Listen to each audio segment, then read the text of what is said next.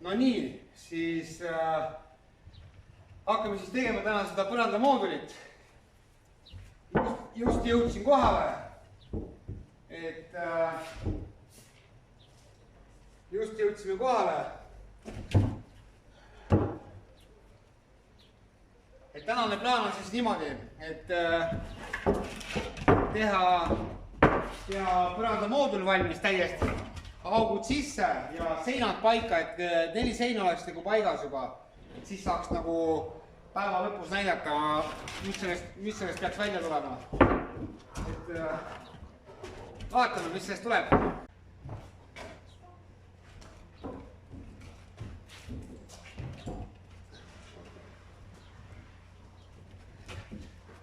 Kohe tahab palli ära anda. Käisime Hammersäkis, vahetasime välja ka midagi, mis ma võtsin üle liiast. Ja ei taha palli ära anda.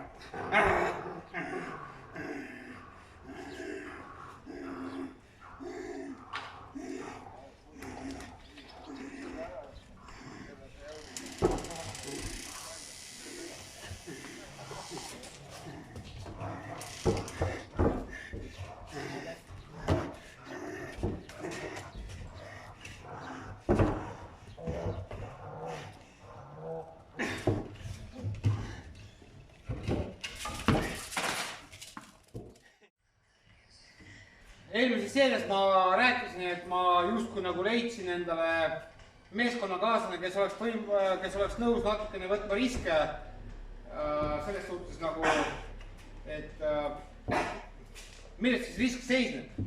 Risk seisneb selles, et me leppisime kokku niimoodi, et me teeme koos seda tööd, et ta võtab riski, et ta saab väga väikest palka nagu on. Selles mõttes, et kuna see on esimene prototüüp ja no tõesti nagu väikest on, ütleme niimoodi miinimumi on.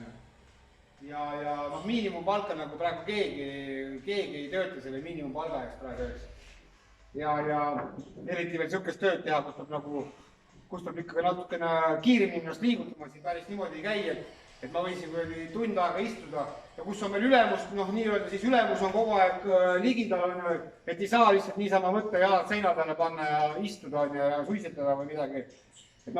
Muidugi mina ei käiks nagu pinda selles suhtes, aga inimesel endal on ikkagi niisugune vastutustunne, et ta ei saa niimoodi ja nagu ma rääkisin sellest Sergeist ja Alekseist, et kuidas nemad siis pingutasid meeskonda sulanduda ja saada mingi protsent ettevõttest, protsendi eest nagu on, et tema siis ikkagi eile mulle kirjutas, et ta ikkagi ei saa nagu projektis osaleda või siis nagu seda riski võtta, sest tal on pere on ju. Ta võib, mis ta on, 40-aastane on ju, 42 oli on ju. Ja siin ongi nüüd see küsimus, et kui sa tegeled nagu ettevõtlusega, et mis riskide peale sa nagu lähed, on ju, kas sa lähed selle riski peale või sa töötad nagu konkreetse palga eest, et siin on nagu see väga raske sisemine otsus, kas ma nüüd kuidagimoodi tulen sellest olukorrast välja, et ma võtan need riskid, et tuleviku kasumi nimel on ju, või siis ma ei võta seda või ma ei lähe siis kindla peale välja, et ettevõtja sisemine elu siis nagu ongi tegelikult selle peal nagu üles ehitatud, et mingisugune avantüür ka on. Et kuna see äriprojekt on, seda projekti me hakkasime nimetama siis esimeseks hooajaks, tuleb teine hooaeg, kus ma hakkan rääkima ettevõtlusega tegelemisest, et maast madalast, moraalsest siis vaimsest seisundist on ju riskide võtmisest, eks mingisugust ametlikest käikudest, mis sul on vaja võtta seal maksuametist, töötukassaga mingisuguseid, kasutada mingisuguseid neid soodustusi või siis pablast, mis on siis, see ei ole nagu soodustus, aga see on nagu siis nagu hüvesid ja, et mis hüvesid on võimalik nagu kasutada. Et meie ei ole ka mingisugusel tipptasemel ettevõtjad, kus me teaksime nagu kõigest rääkida, aga meie räägimegi just sellest maast madalast keelest, kus kus inimene läheb ettevõtlusesse sisse, ta on harjunud elama absoluutselt teistmoodi, ta on harjunud palgatööga, ta on harjunud igasuguste siis nagu kindla palgaga, on ju, kardab siis seda palka kaotada, kuna tal on siis need mingisugused järelmaksud või mingisugused asjad on vaja ära maksta, arved maksta, eks. Et loomulikult see kõik on arusaadav, eks. Et siin ongi see asi, et milliste riskide peale ma olen valmis nagu minema. Et sellest me räägime teises hooajas, meie siis selle tulevaste miljardäride üks päev, sellest me hakkame rääkima teises hooajas, teeme mingisugune 20-25 seeriat, kus me räägime nagu, kuidas investoriga rääkida, kuidas, milline sul vaimne seisund, et millised raskused tekivad, sisemised raskused, millised riskid, et kuidas teisi inimesi, kas teisi inimesi kuulata või mitte, et millised probleemid tekivad kodus, on ju, kui raha ei ole, et kõigest sellest me hakkame rääkima teises hooajas. Aga hetkel ma tahan seda olukorda nagu ära kasutada, kuna te nagu näete, et ma 8. seerias ütlesin, et inimene tuli meie meeskonda ja täna siis juba 9. seeria inimest ei ole nagu. Ma tahtsingi nagu seda olukorda ära kasutada ja öelda, et see on äärmiselt keeruline, kui sa oled juba välja kujunenud, noh, mingisuguseks vanuseks oled sa juba välja kujunenud, eks, et äärmiselt keeruline on teha see otsus, et kõik, ma ei taha enam olla palgatöötaja, et ma tahan teha mingit ettevõtlust, sa pead enda sees nagu, sul oleks nagu selline asi, et sa sõidad 100-ga, on ju, sõidad 100-ga, saad aru, sõidad ja järsku paned tagumise käigu sisse raisk ja siis kõik see kuradi käigukast lendab kuradi tükkideks, on ju. Ja see asi toimubki sees. Ja selle asja pärast sa oled nagu siis sisuliselt oled sa nagu valmis ära hävitama oma auto käigukasti. Eks sa ei hävita nagu täis autot ära, aga sa mingi osa nagu mootorist nagu hävitad ära ja siis pead selle mootori nagu uuesti üles ehitama. Et see on äärmiselt keeruline. See ei ole niimoodi, et kuule, et ma istun siin kodus tooli peale, mõtlen, et kuule, homme ma hakkan äri tegema. Ei, ma ei räägi sellest hetkest, kui sul on palju pappi juba, siis hakkad nagu mõtlema. Et sellel juba olemasoleval rahal on ka omad ohud. Mina mõtlesin kunagi niimoodi, et okei, et ma tegelen praegu natukene selliste valede asjadega, et küll ma siis nagu raha saan ja siis hakkan nagu ettevõtlusega tegelema. See järjekord on juba iseenesest eos vale. Sellepärast, kui sul see raha käes on, siis sa ei oska nagu veel väärtustada, et kuidas ma nüüd siin peaksin selles raskes olukorras, kuidas ma nüüd siit niimoodi välja tulema. Aga kui sa alustad nagu sellises päris keerulises otsustusperioodis, et sul mingi raha on, sa saad aru, et sa kuidagi tuled sellest olukorrast välja. Eestis muiduks on võimalik kasutada igasuguseid toetusi, eks, noh, nagu enda isiklikele vajaduste rahuldamist, eks, et on võimalik kasutada toetusi, võimalik saada toetusi, sellest me räägime ka teises hooajas. Et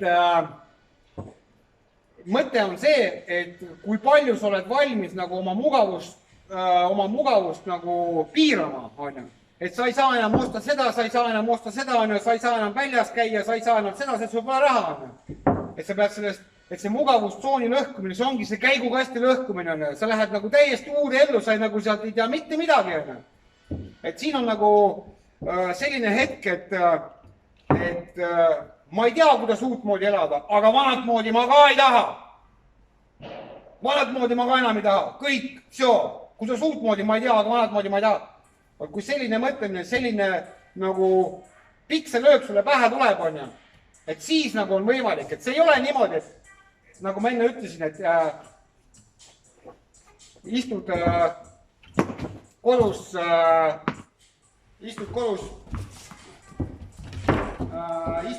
tooli peale, mõtled, kohe homme ma hakkan ettevõtlusega tegema, ei hakka. See ei ole niimoodi ja niimoodi sa lükadki kogu aeg homsesse. Et teine hooaeg on tulemas, vaadake meie saateid ja me räägime, millistest raskusest tuleb. See on ikka, no kujutage ette, me oleme nüüd, alguses mis oli, aasta ja 1,5 aastat tagasi.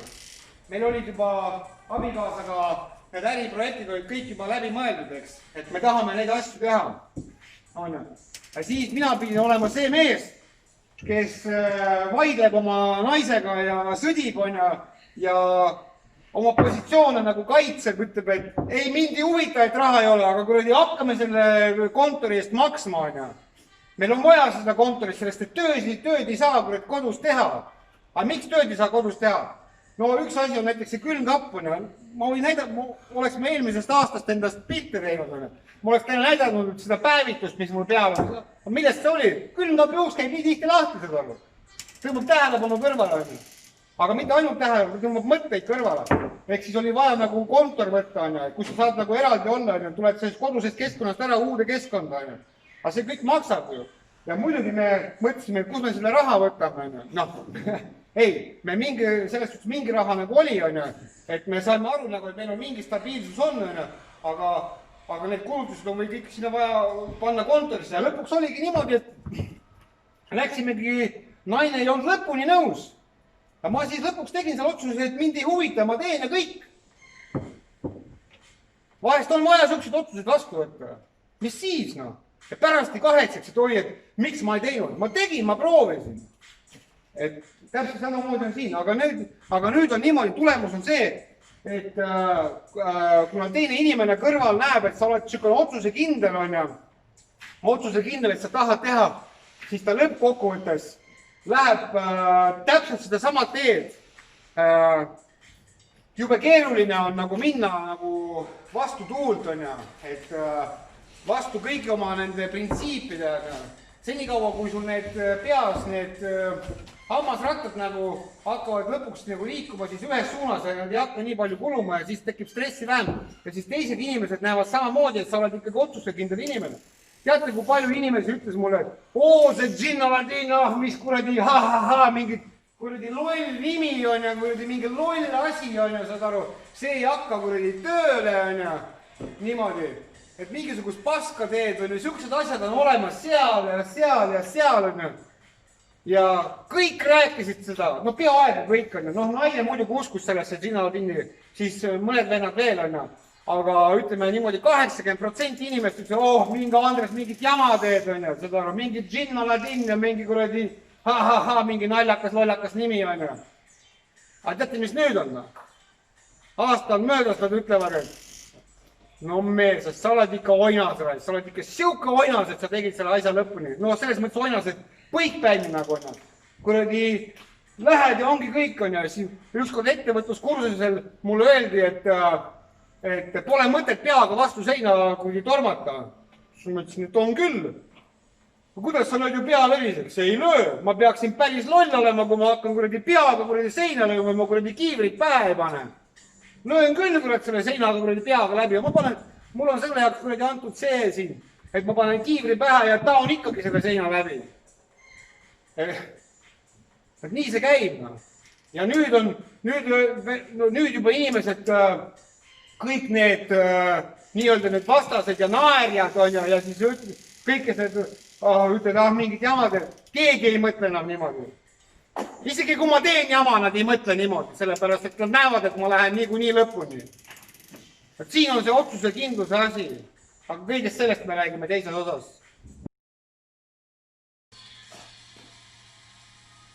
No nii, see seinamoodul ei ole veel valmis, selles suhtes kõik need moodulid ei ole valmis, aga eksperimendi heaks ma tahan praegu panna paika siis selle põranda siia ja siis selle seinamooduli siia külge nagu,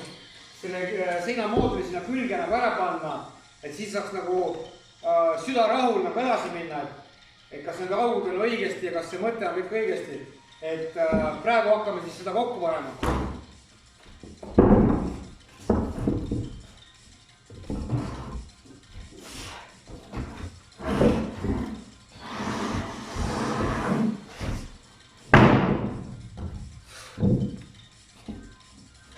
Ise ka natukene muretsen, natukene.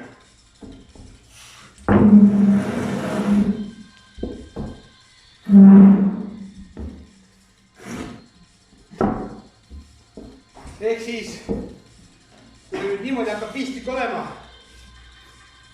et see jääb siis ääresein. See on siis siia vaken näiteks on siia uks. Kohe vaatame, kuidas see tuleb kõik. Ehk siis üksi võtad rahulikult niimoodi, op.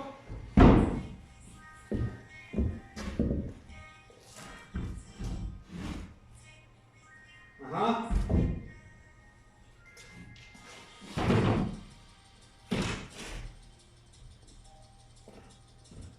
Lampi ette.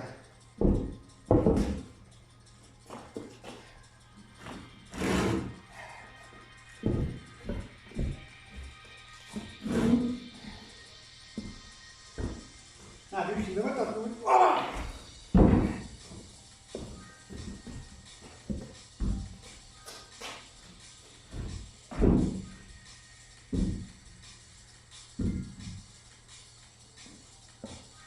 muidu on mõeldud, et see poldi sisse keeramine käib siit poolt.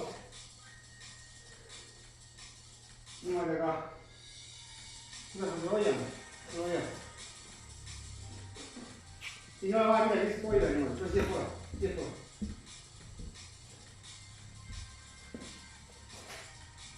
Siia nappele kaudu.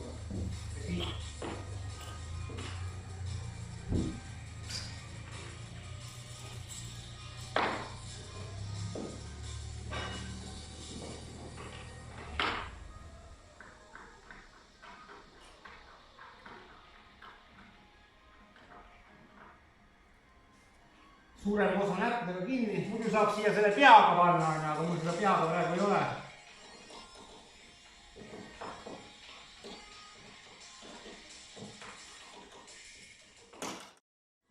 Sisuliselt on niimoodi. Anja. Nüüd ma pean siia mingisuguse toestuse panema. Anja. Mingi toestuse. Aga mõte on selline. Nüüd asi töötab. Oleme jõudnud olukorda, kus demonstreerimiseks moodulid on valmis. Nüüd ma hakkan neid kinnitama. Et esimese mooduli ma kinnitan selle ja võtan siis 2 esimest kolti. Läheb see ankrud on seal sees juba ja siis vaatame, kuidas see hingega see uks paika käib. Ma ei ole veel teinud, ma ei tea, et kui nad kinni lähevad, et kas see nurk ei hakka segama siit, et kas äkki peaks kõigepealt need seinad panema, siis hakkama neid seinu panema, et ma ei tea, mis takistused võivad siis tekkida, aga selle jaoks me siin katsetamas olemegi ja sellepärast me seda prototüüpi teemegi.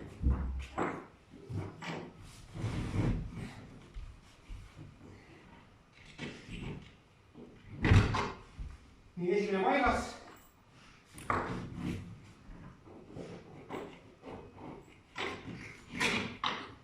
Teine paigas.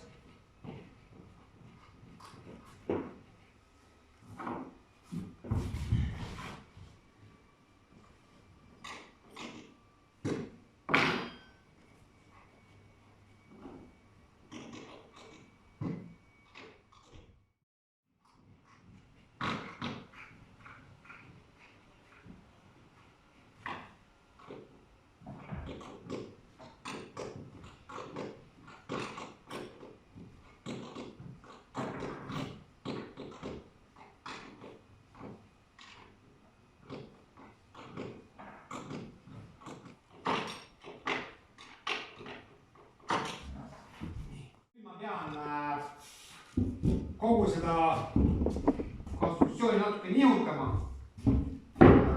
Kuidas sina seda? Lihtsalt natukene hoia. Sul ei ole midagi teha. Ma pean natukene see siia poole nihutama, et näidata, kuidas see külge käib.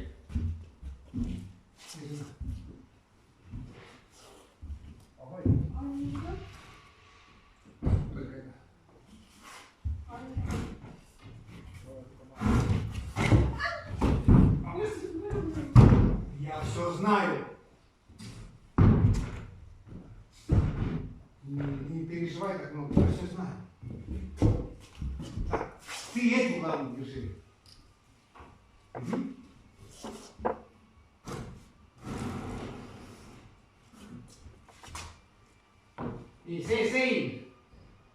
ka niimoodi iseenesest.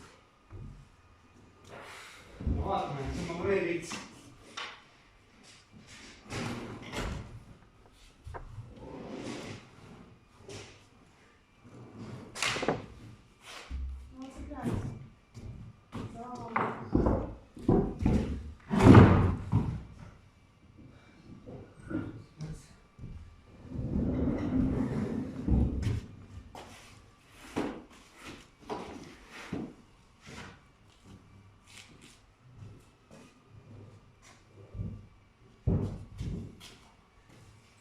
Еще сюда.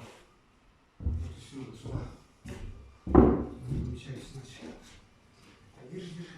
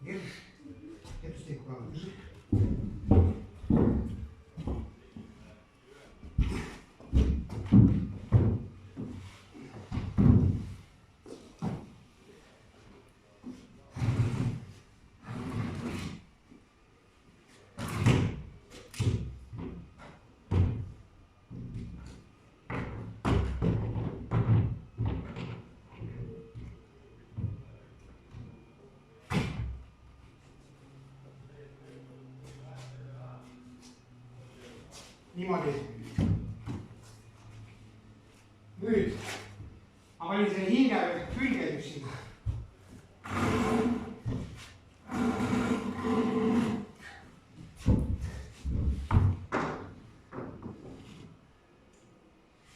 Nii. Kõik jääb niimoodi ausõna peale praegu.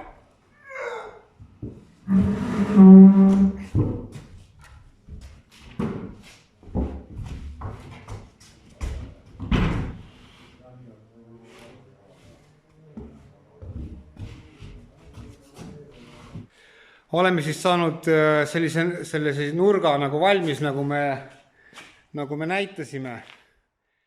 Oleme siis jõudnud sellisesse etappi, et mingi osa on valmis ja lagi paigas ja nagu põrand paigas, siis 4 seina paigas.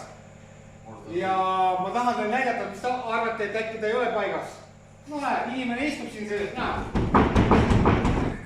Näe, vaata, näe. Siuke möll, niimoodi on kinni ja siis.